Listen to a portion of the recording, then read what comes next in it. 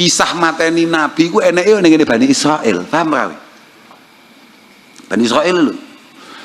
Mangkane sampeyan niku kan kula pun bolak-balik cerita teng kanca-kanca.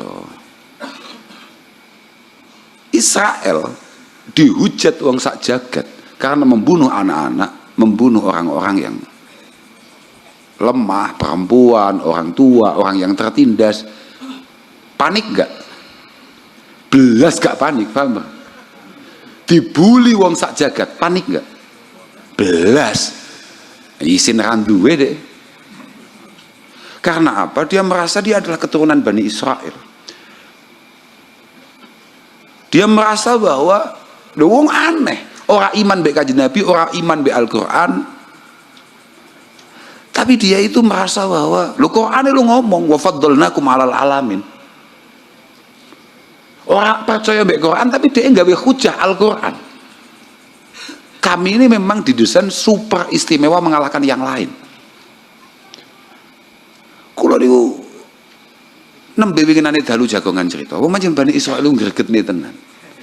Bani Israil itu super ngregetne, dan diantara yang ngerti betapa mengerikannya Bani Israil ya Fir'aun sing diceritakne awake dhewe kae mau. Fir'aun itu sebetulnya inspiratif loh ya. Di luar apa jenenge? Kesalahannya mergo gak iman, paham ra? Sebetulnya Fir'aun itu bisa loh kamu contoh dari sisi inspiratif. Fir'aun yang menjadi Fir'aun musuhnya Nabi Musa itu bukan siapa-siapa.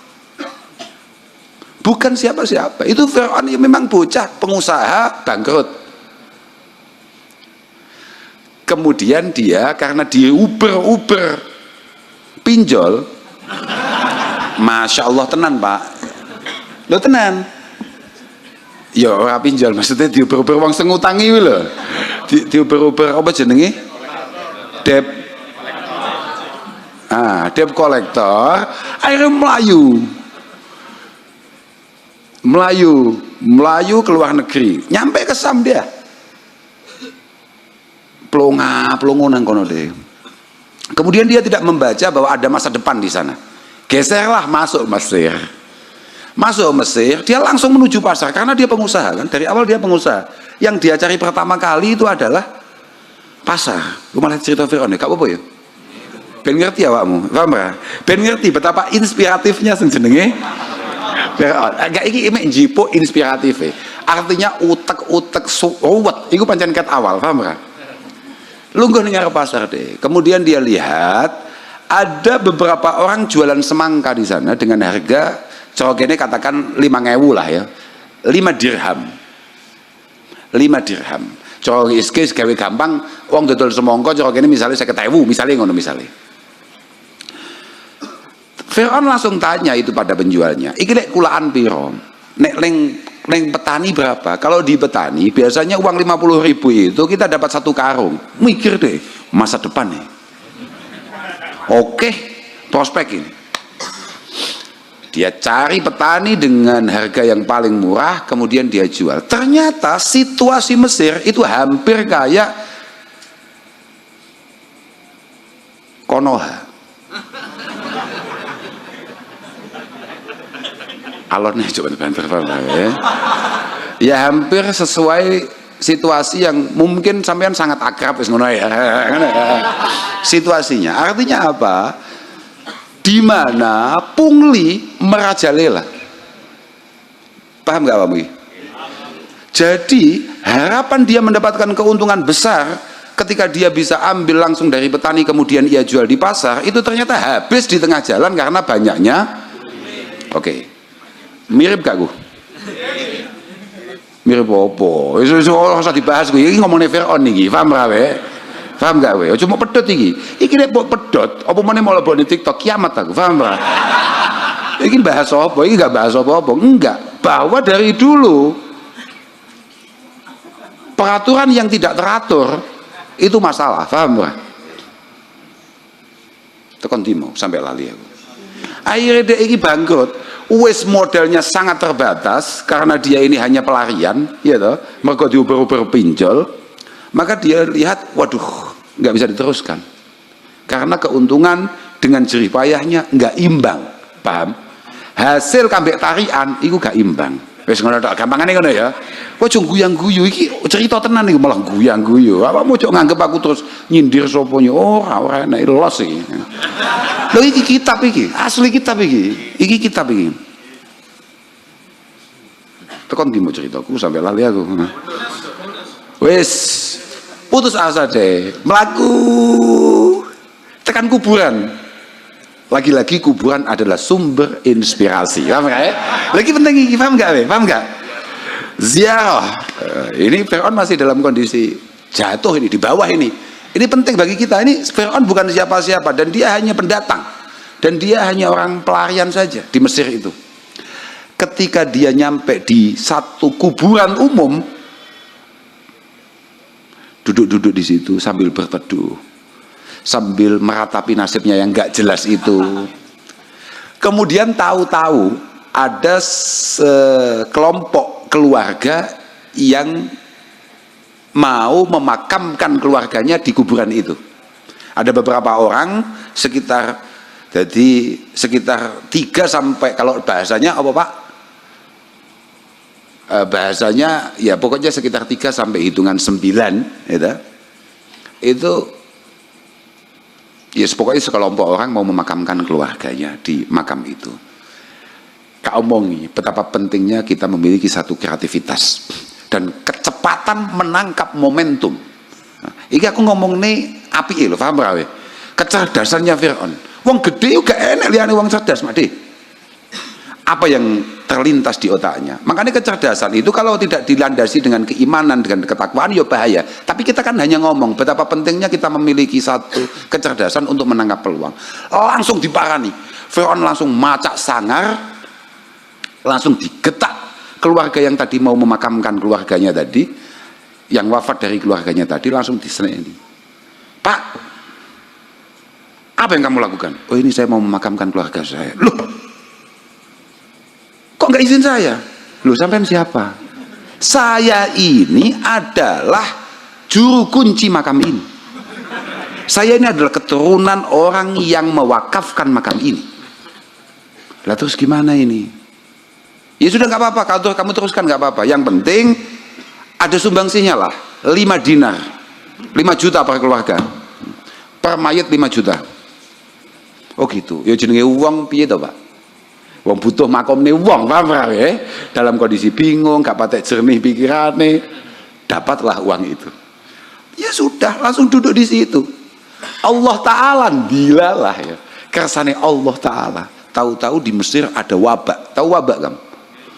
Ada pandemi, di mana orang meninggal itu sehari bisa ratusan. Kayalah wangger wong 5 juta sehari, ratusan yang mati. Duwi lu wis sugih gak karuan. Sampai-sampai dia menjadi sangat populer karena kayanya dan didengar oleh para pejabat yang ada di sana.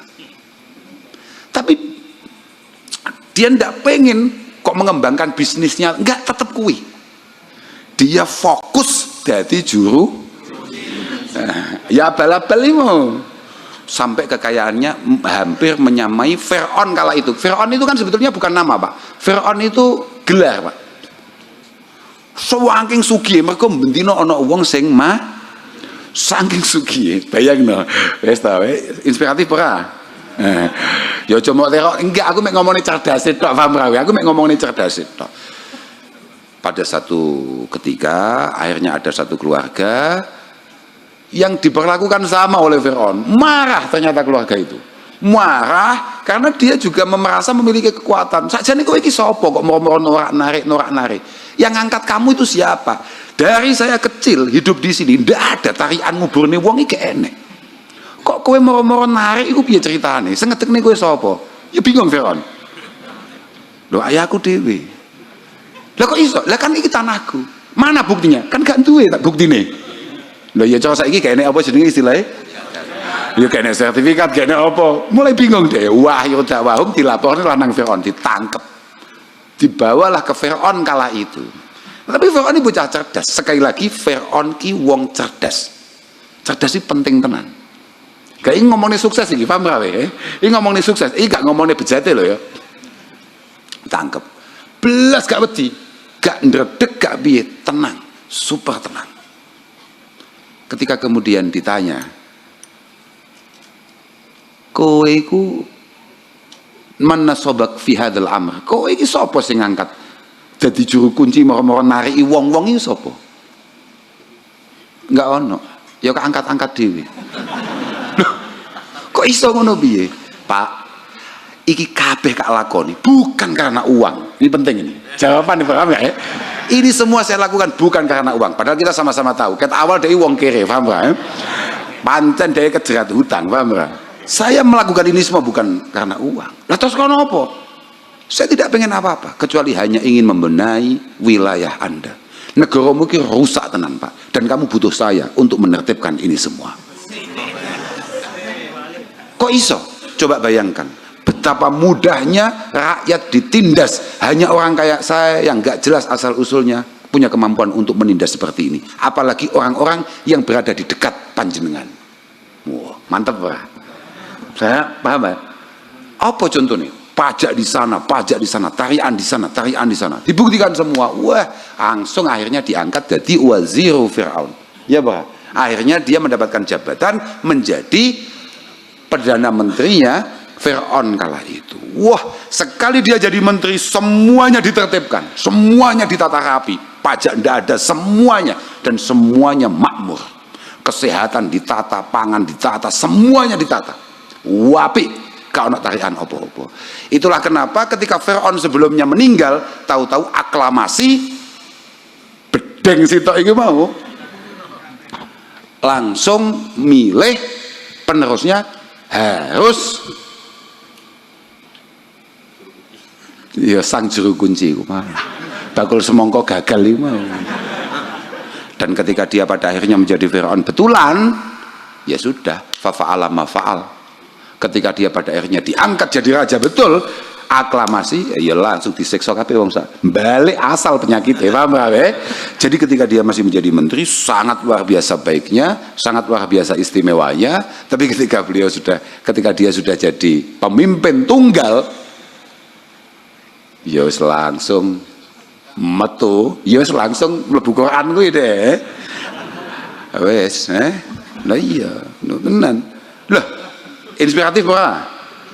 Loh, artinya inspiratif itu begini, bahwa kamu semuanya ketika kemudian mau untuk berusaha, berpikir, berupaya, tapi dengan cara yang baik pasti ada. Ojo malah terinspirasi gini. Oh berarti lek ngono ngapusi wong cepet sugih. Ojo ngono, enggak ngono kuwi maksudku, enggak ngono. Artinya apa? Jangan ada di antara kita kemudian merasa bahwa karena kita bukan siapa-siapa atau karena kita sedang dilanda keterpurukan, karena kita lagi banyak masalah, lagi banyak hal yang menimpa, kemudian kita tidak bisa berhasil, tidak bisa bangkit. Tidak begitu kamusnya, paham? Itu lo deloken, sangka bakul semongko, sangka wong diuber pinjol, maka teruslah berpinjol. Siapa tahu kamu akan menjadi Fir'aun berikutnya. Yo gak ngono, gak. Potong ini, potong bahaya ini. Oh, lihat tadi, masya Allah, bahaya. Alhamdulillah. Tapi aku mau kan nyeritani Bani Israel kan asli ini terus kelingan Fir'aun gitu. Tapi Fir'aun ini panjang pintar tenan. Dan di antara kecerdasannya adalah kemudian mengultimatum untuk membunuh semua Bani Israel yang ada di Mesir. Dan gagal karena Nabi Musa. Gagal karena Nabi Musa. Artinya dia adalah orang yang membaca. Bani Israel ini bahaya, Bani Israel. Israel ini bahaya. Iki bocah sak karepe dhewe. Bayangno. Nahnu syu'abullah. Itu adalah pengakuan Bani Israel. Kowe kabeh iki menungso cap opo kowe iki? Ki lho, cabang Tuhan ini. Wani wae muni ngono iki. Kita ini cabang Tuhan, maka mereka semuanya menganggap membunuh kita semua ini adalah ya kayak membunuh lalat. Kita ini bukan apa-apa. Coba bayangkan, orang pertama kali masuk Mesir dari Bani Israel itu Nabi Yusuf alaihi salatu wassalam. Yang ngajak pertama kali geser ke sana itu Nabi Yusuf. Coba bayangkan, ketika nyampe ke Nabi Musa itu sudah di atas 700.000 lebih, dan kemudian dia merasa bahwa Mesir adalah rumahnya. Mereka tidak mau ke kamar mandi bareng anak-anak Mesir, orang-orang Kipti. Mereka nggak mau ngopi-ngopi bareng orang Kipti karena tidak selevel. Bayang no Pak, uang neko tapi ngerosok. Kan biyen ngono ki, paham ora? Kamu kan hanya lihatnya kan Palestina hari ini. Enggak, dari dulu memang begitu wataknya. Sampai kemudian diperintah oleh Allah Ta'ala geser. Tapi Fir'aun wis ket awal wis batin. Iki bocah bahaya iki. Eksekusi. Ngono. Ternyata ya ngono kuwi. Nabi Yahya dibunuh, Nabi Zakaria dibunuh. Lah kok kowe arep mek sambat wong-wong gak duwe bedil, gak duwe apa dipateni. Iku mbiyen nabi Pak dipateni Pak. Bani Israil. Makanya ya itu.